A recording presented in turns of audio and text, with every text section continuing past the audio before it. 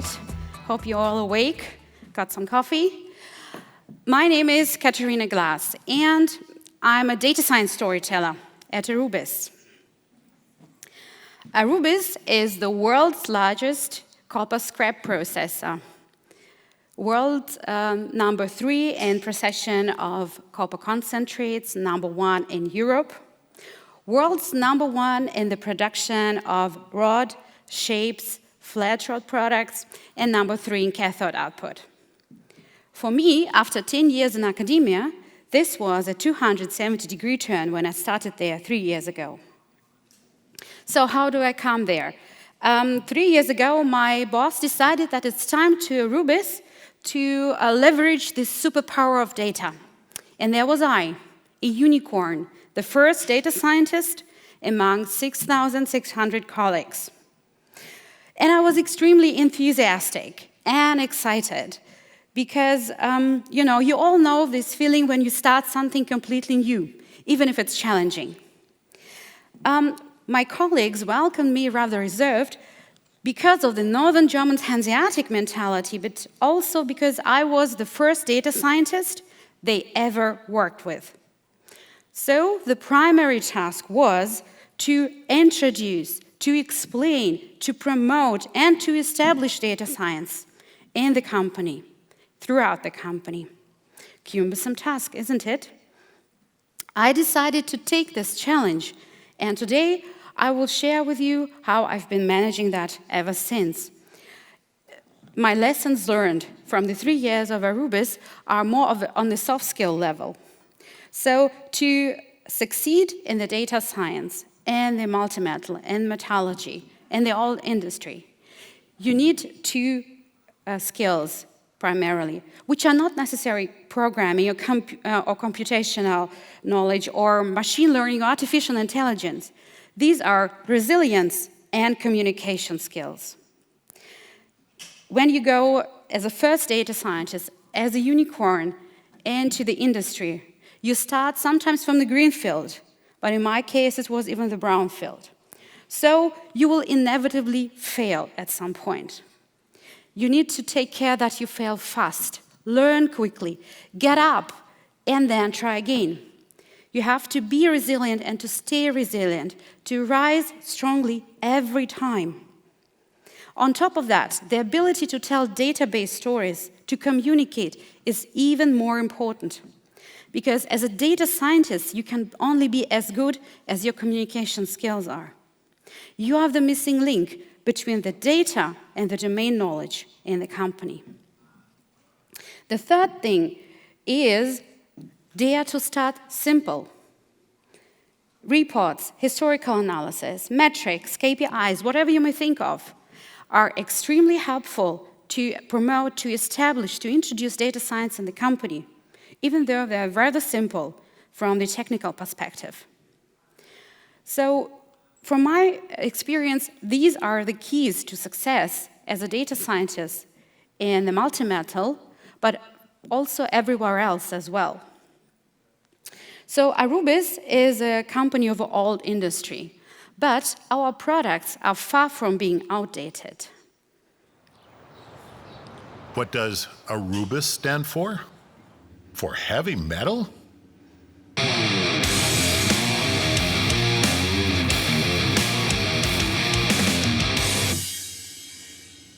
No, not really. More like multi-metal. Specifically for non-ferrous metals, precious metals, minor metals, metals compounds, metal concentrates, metal recycling. Let's take this silver chain, for instance. It might not exist without our precious metals. Without our copper, there would be no power lines or smartphones. Sounds dramatic? It's true. We produce metals for progress, for renewable energy production, electromobility, digitalization, and innovative forward-looking technologies. Ores and concentrates are our treasure troves. Just like discarded metal and scrap metal, which we recycle responsibly and sustainably. Regardless of what our raw materials are composed of in the future, we'll find the right solution. With state-of-the-art methods and modern technology, we process even the most complex concentrates and scrap.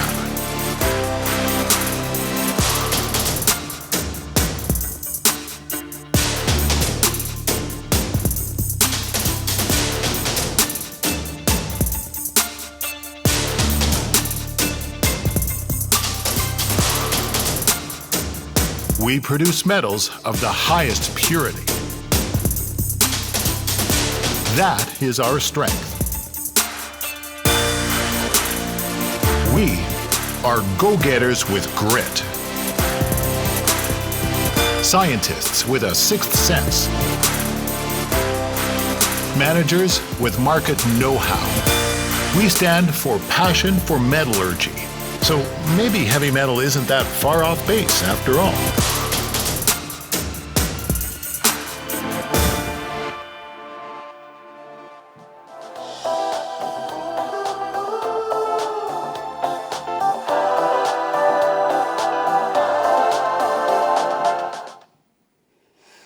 So, multi-metal is our business. And if you consider the worldwide trends of consumption of related products, we have nothing to worry about, right? Nevertheless, Aurubis wants to develop further and engage in digital transformation, digitization, implementation of new technologies. That's why I was hired, that's why I'm here. And my job as an operational data scientist located in the supply chain is to extract knowledge, to uncover insights, to communicate them effectively to the stakeholders. So, when does the job of a data scientist usually start? When you have data, right? Well, maybe not. The first thing that I learned being in the industry was that you have literally to hunt for the data. Because what I found was a bunch of these, then maybe some of these, but at the most, and these would be like my absolutely favorite ones, these ones. So this is the reality, right? Challenge number one is to know who has which data. Whom can you ask for that? Challenge number two, to process and store it sustainably in a way you can reuse it for further application, for further forthcoming requests. And once people get to know that you have these magic skills, you will have a lot to do, really. Yeah, well, data, right? Arthur Conan Doyle, very long ago, said that it's a capital mistake to theorize before one has data. Insensibly, one would start to twist the facts which suit the theories. Instead, the theories would suit the facts. And this is absolutely true for the data science as well. We need good data to build our theories, build our use cases and projects on. From surveys and from our daily business, we all know this is the challenge, the biggest challenge ever, to get data, to get good quality data. Whenever you cope with data issue, you inevitably start to ask questions about the digitization and digital transformation, right? The Pokemon principle, collect them all, should not be the leading data management strategy. So, again, my context, metallurgy, right? Metallurgy or old economy as such are not typical examples of successful digital transformation because the corresponding business model is extremely stable, even in the era of hyper-innovation, right? At least that's what some people believe, and it's also partly true. Because you need a burning platform for change of any kind. Otherwise, the change is inert, the level of digital transformation stagnates together with implementation and adoption of new technologies and whatever fancy things you may think of, right? So the role of the data scientist is fundamental in the digital transformation as well. With the knowledge we bring into our companies, we are able to transform them, to change them, to show the potential, to change business models that have been in place for decades, to adapt them in the new era of hyper-innovation.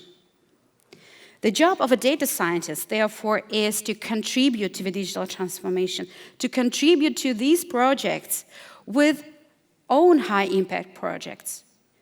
And to tell the truth, I don't believe that high-impact projects are those necessarily applying sophisticated machine learning techniques or artificial intelligence, whatever. Sometimes it's just making things feasible for your stakeholders. So, like 80–90% of my time I spend on data preparation. This is probably true for most of us, for most data scientists, at least according to the surveys. We get a bunch of numbers, which we transform them into the data, try to get information out of that, try to extract knowledge, and further on, applying unsupervised learning or artificial intelligence or whatever method you may think of, gain wisdom. Brené Brown says that stories are just data with a soul. And I like this quote a lot, because our job is to awaken a soul in the data, whatever helps to do that. Sometimes it's really historical analysis, and I have a lot of use cases which apply historical analysis. It disentangles trends, show the relationship between different variables, company indicators, but also company and external indicators. These are the projects or use cases where you deal with customer portfolio, supplier portfolio. Where are they allocated from the coordinates? Where are they on the map? How much do they order? How can you bring these or other criteria you may think of together? Maps, for instance, are very helpful visualization techniques to answer these kind of questions. Visualization is important and necessary. And, well, we are very visual generation, I think. A good visualization is a key to successful communication of any kind, with your stakeholders on the same level or whatever you may think of, right? What is a good visualization? It is the one which tells database story, which makes data comprehensive, period.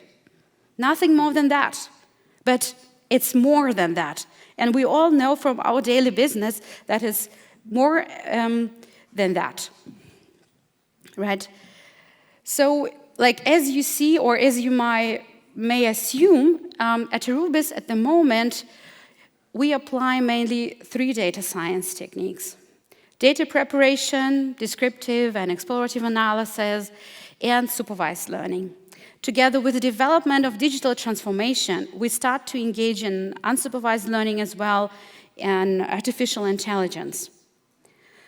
Well, the complexity of the methods maybe cannot compete with those at tech companies like Facebook, Google, Amazon.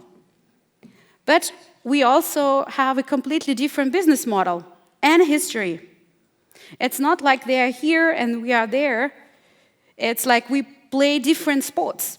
Not even in the same team, we play completely different sports, like soccer, and we play floorball, inibandi. Completely different rules, completely different setting, completely different equipment. That's why what already been done concerning digital transformation, what we achieved there, what's been done in data science introduction and the company, is significant and meaningful and definitely to be continued. And I'm happy to share with you my lessons learned. So I will talk about soft skills, and I think that's really important for every data scientist. You have to be and you have to stay resilient all the time, to rise strongly after every time you fail, and you will do that. That's how it works, that's how you learn, that's how your models learn. If something is not working, then, okay, you look for other possibilities. You have to change the parameters, or I don't know. You have to listen to your customers. You have to learn to deal with drawbacks, and you will have those. Sometimes the presentation of results feels like inductive discovery with unexpected findings and exciting outcomes, and sometimes not. So be resilient to rise strong. In the beginning of my career at Aurubis, several of my ideas, several of my use cases didn't work because the data wasn't there. It just wasn't there.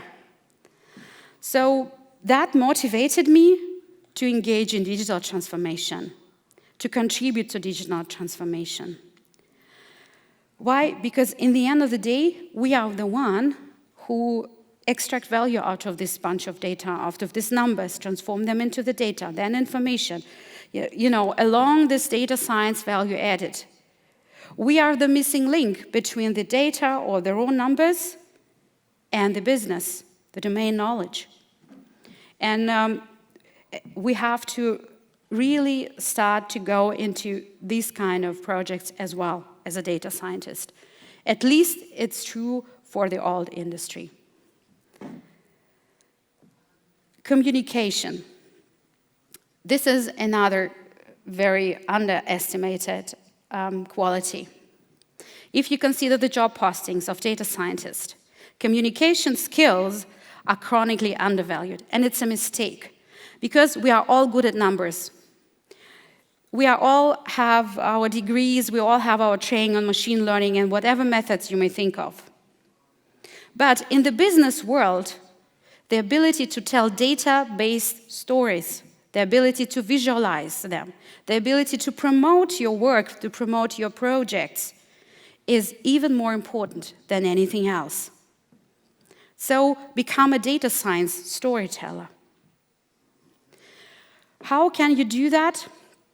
Well, if you are a missing link and you want to fill it in, then talk to people. Talk to people who have domain knowledge. Build a network. Create a platform where you can exchange the ideas with them. And they have a lot of ideas. So your job is to listen to them. Try to put their lens on, try to understand what they want, and try to kind of translate that into the data language, to bring their ideas, their projects into the data. It will work back and forth. So they have an idea, it's not working because the data is not there. So you start to engage in digital transformation to create this data, to start to gather this data. Then you have more data, then you try to do this use case. It's kind of circle. You go back and forth each time. That's why you need to be a resilient communicator as well.